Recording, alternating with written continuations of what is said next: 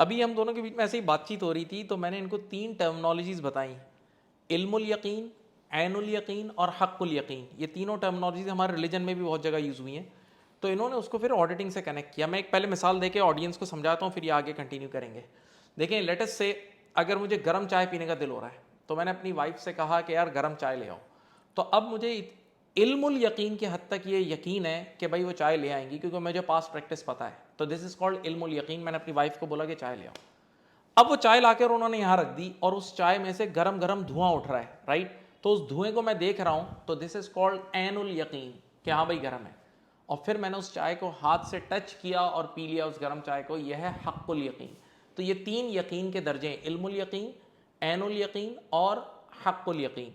तो ये कुछ ऑडिट पे इससे रिलेटेड बात करेंगे। इन्होंने मुझे इससे अभी डिस्कशन किया, मैंने कहा ऑडियंस को लाजमी पता होना चाहिए।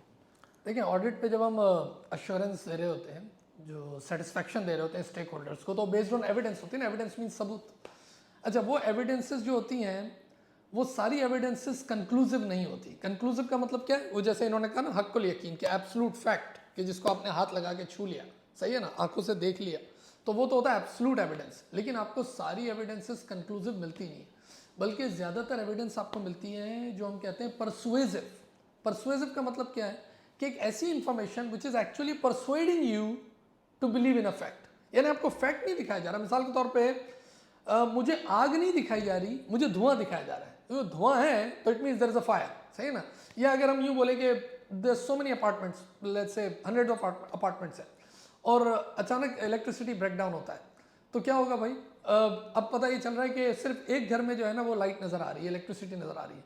तो इसका मतलब उस घर में कोई यूपीएस या कोई, मैंने यूपीएस देखा नहीं, लेकिन एक ऐसी एविडेंस है जो मुझे इस बात पे, या कोई ऐसा वाइब्रेशन है, हाँ, कोई ऐसा शोर है, या कोई ऐसा मैंने स्मोक है, इस तरह। तो आपकी जो पूरी बैलेंस शीट, या आप अपनी let's talk about financial statements, तो उसमें होता क्या है, आपके ऐसे से जो आपके अकाउंट बैलेंसेस हैं उनके ऊपर आपको एविडेंसेस ज़्यादातर परसुएसिव मिलती है। फॉर एग्जांपल, आपकी फेयर वैल्यूएशन ऑफ एसेट के प्रॉपर्टी की, अब एट 31 दिसंबर कैसे मैं बताऊं कि यही इतने 100,000 जो है वो इसकी वैल्यू होगी एग्जैक्ट। अगर एग्जैक्ट पता चल जाए तो फिर तो हम क्या बोलेंगे, कंक्लूसिव है।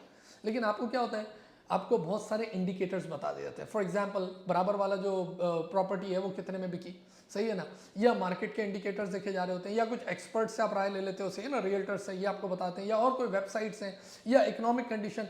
और फिर ये सब आपको वो करते हैं, परसुएड करते हैं, इन्फ्लुएंस करते हैं कि you believe in a fact that this property is XYZ million dollars, है ना, और वो आप बैलेंस शीट पर रिपोर्ट करते हो, उसी का ऑडिट होता है। बिल्कुल इस तरह प्रोविजन फॉर डाउटफुल डेट्स। कैसे पता चलेगा कि कौन सा कस्टमर भागेगा? अच्छे अच्छे कस्टमर भी भाग जाते हैं, कितने हैं जो डिफॉल्ट होते होते बच जाते हैं, ऐसा होता है ना। तो फिर once again there are so many factors जिसकी वजह से provision for doubtful debts and then provision for doubtful debts leads to the debtors valuation. बिल्कुल इसी तरह एस्टिमेटेड NRV और इन्वेंटरी वैल्यूएशन। तो इसी तरह आपकी एस्टिमेटेड, ये आपकी डिप्रिसिएशन जो है, और डिप्रिसिएशन जो है वो सारी इन्हीं इंडिकेटर्स पे, और वो फिर लीड करती है आपके फेयर वैल्यूएशन ऑफ एसेट पे। तो पता ही चला कि आप जो एविडेंसेस लेते हो, अच्छा अगर आप सारी कंक्लूसिव एविडेंस ले लो, कोशिश करो कि सारी कंक्लूसिव हो, तो फिर तो जो ऑडिट रिपोर्ट 2 महीने में आनी है वो तो 2 साल में आएगी। यानी audit is not going to be efficient in terms of time, in terms of cost. पता नहीं कितनी सारी टीम लगानी पड़ेगी। आप बोलोगे नहीं मैं तो एक एक चीज़ को एब्सोल्यूट देखूंगा, दैट्स नॉट पॉसिबल।